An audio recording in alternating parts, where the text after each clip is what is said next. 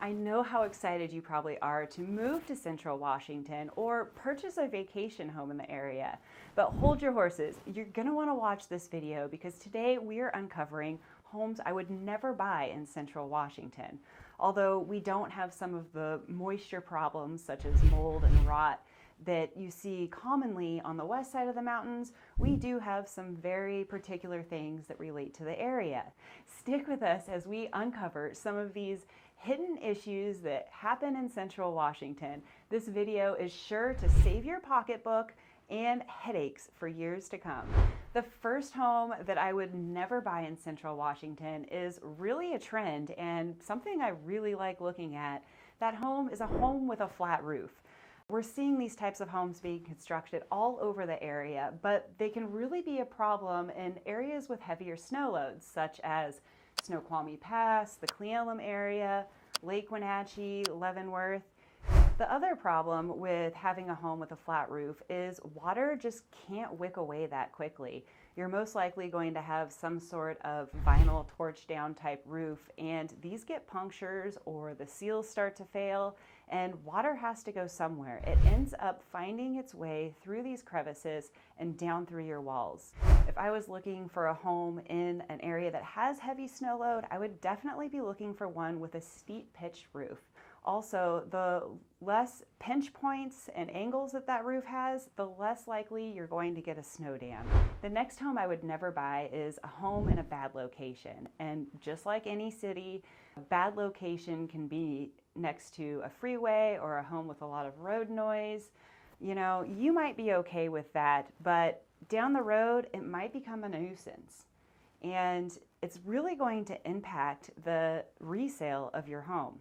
Other than just the normal bad location, Central Washington actually has several other bad locations that you want to avoid. I would say areas that are really rural, areas that are on top of mountaintops or hilltops. There are also areas in flood zones, which can be really hard to determine because of how dry it is. And there's also homes that only have seasonal access.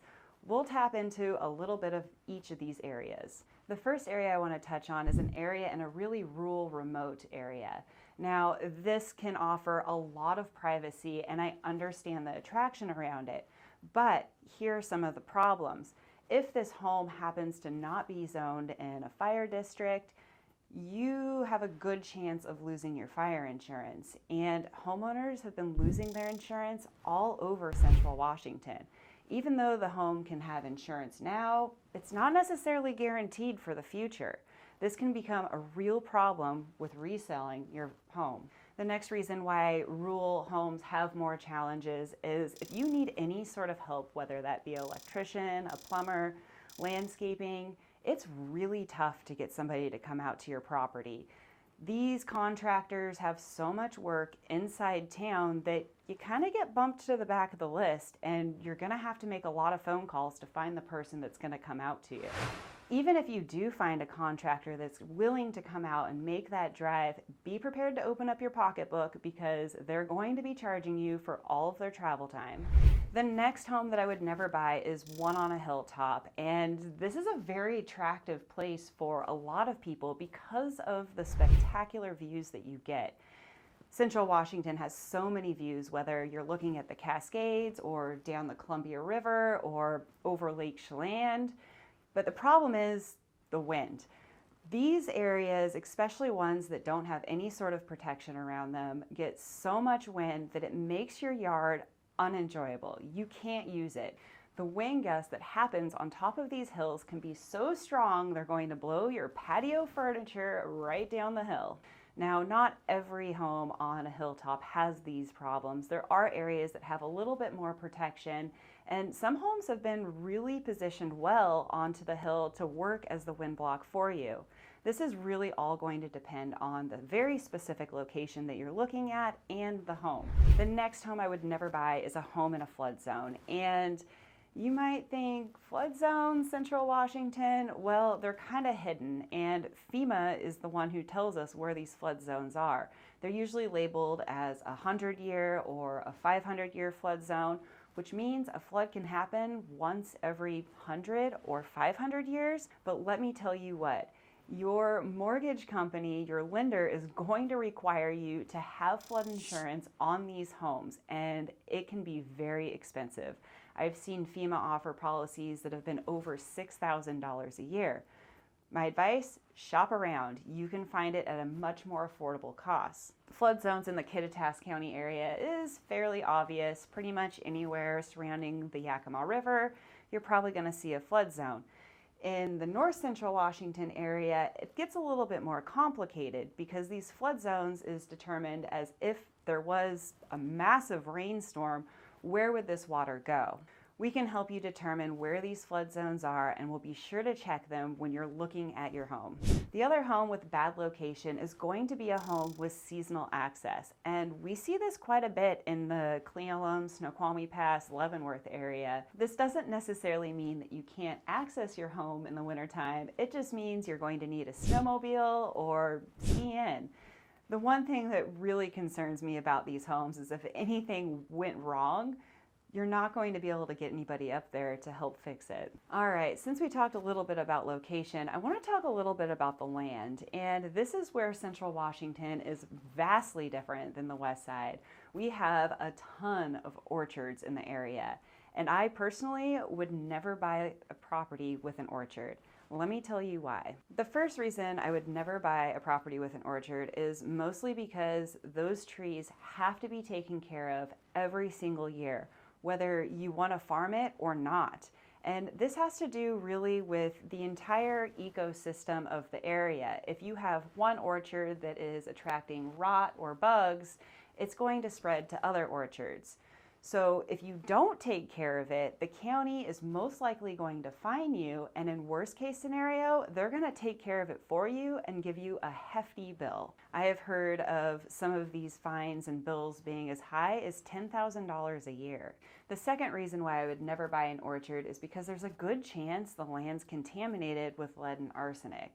Now, it doesn't mean that the land's useless. It just means that down the road, it could be very costly to clean that ground up. There have been developers in the area that have purchased orchards to turn into subdivisions, and they have to literally scrape several inches of the dirt off of the ground and backfill it with clean dirt. Probably not something that you need to worry about as a single residential home, but something to really think about if you're thinking large development. The next home I would never buy in Central Washington, or really anywhere, is a home with a bad DIY. And this has become very common, and I think we're going to see it more and more as time goes on. These homes are really easy to point out as soon as you walk into them. You will see shoddy work, and I have seen everything from flooring being used as countertops to exterior materials being used on the inside of homes. Now, you might be thinking, well, that's not that big of a deal. We can just redo the home. But here's what I want you to think about. If this is what it looks like here, what else has been done in the home? Has there been any plumbing updates or electrical updates? You just don't know what is behind those walls. Speaking of walls, open concept is such a popular trend right now. People are knocking down walls. Did they knock down the wrong wall? What does that mean to the structure of your home? I would say get a good inspection if you come across your dream home and it has a bad DIY. The next home that I wouldn't buy is old home. And this breaks my heart because I love the charm and character that comes with the historic district here in Central Washington. But my husband would probably kill me. So here's what I see with a lot of these historic homes. There have been some that have completely been gutted and updated, and they're great. But a lot of these homes have very old plumbing and electrical. And what typically happens is one spot of the plumbing will spring a leak, and so that spot will get fixed. And it'll be an updated piece of plumbing that goes into that spot.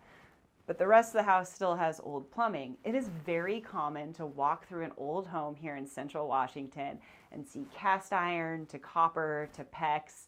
It's kind of a hodgepodge. This is another home that you really want to make sure that you get a good inspection on. The next real big problem that I see with a lot of these older homes, and this is really true in the Elum and Roslyn area, is post and beam foundations, and some of this foundation is straight wood going straight to dirt. And you will most likely feel these homes when you walk in. The homes, the floors of the homes are going to be kind of waving like this. Typically any time of year when you drive through the Roslyn area, you're going to see a house on stilts, and that's because the foundation is being replaced. This is not a cheap fix. This is going to cost you upwards of $100,000 to put a new foundation underneath a historic home. That's just not something I'm willing to do. I just want to take a quick second and say I'm Amanda Dallman, your Central Washington realtor, and I'm here to help you find your home in Central Washington. Don't fall victim of purchasing a home that you're going to regret. We're here to help you find a home that is going to be a great investment for years to come.